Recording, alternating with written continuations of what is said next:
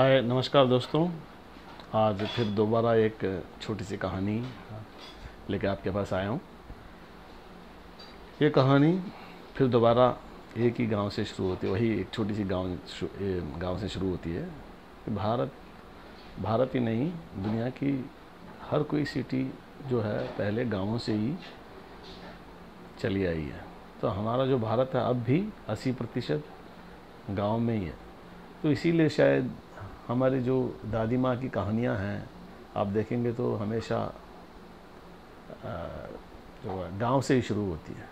तो वैसे ही एक बार क्या हुआ, जब भी हम बारिश नहीं होती है तो बोलते हैं कि पुण्य करने वाले जो हैं यहाँ पर बहुत कम हो गए हैं, इसलिए बारिश नहीं होती है। और जब कभी अच्छी बारिश होती है तो बोलते हैं शायद जिस जगह पर बारिश हुई है वहाँ पर पुण्य करने वाले जो हैं शायद ज़्यादा हैं, या कुछ बुरे लोग अच्छे लोग बन गए हैं। ऐसे में एक बार क्या हुआ, एक बार एक गांव में जो है बारिश, बहुत ज़ोर की बारिश होने लगी। एक दिन हुई, फिर रात में भी हुई, और फिर दोबारा दूसरे दिन भी होती रही, रुकने का नाम ले रही है। तो तब गांव वालों ने बात उल्टी कर दी।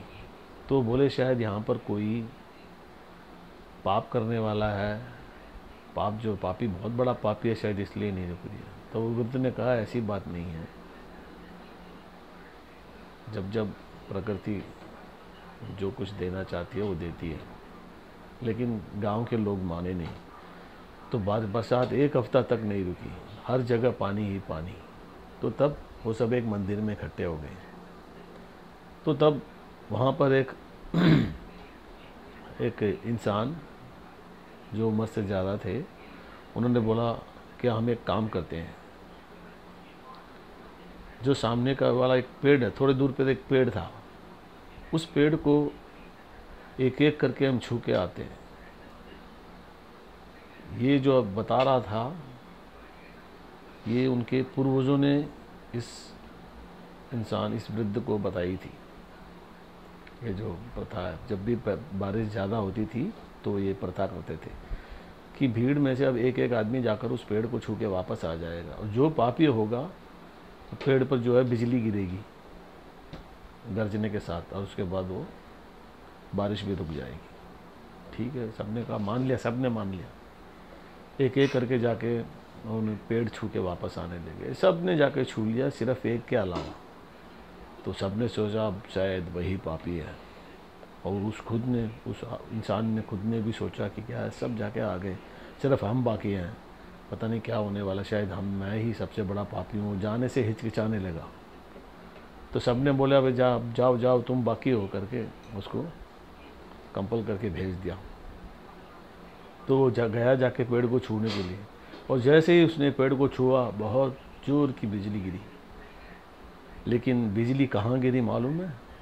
जिस छत के नीचे वो भीड़ खड़ी थी वहाँ पर गिरी, और सबके सब चल बसे, भगवान को प्यारे हो गए। तो इस एक नेक इंसान की वजह से उन सब की जान बच रही थी।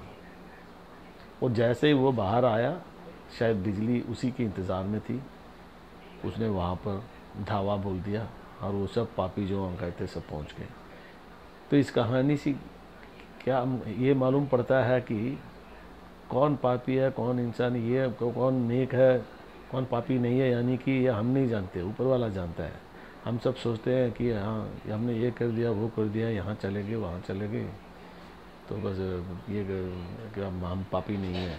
और जो पाप कौन है, जो पापी नहीं है, जो सिर्फ एक ही आदमी जानता है, वो ऊपर वाला जानता है, हम नहीं जानते। ठीक है, एक और कहानी के साथ फिर मिलेंगे। नमस्कार।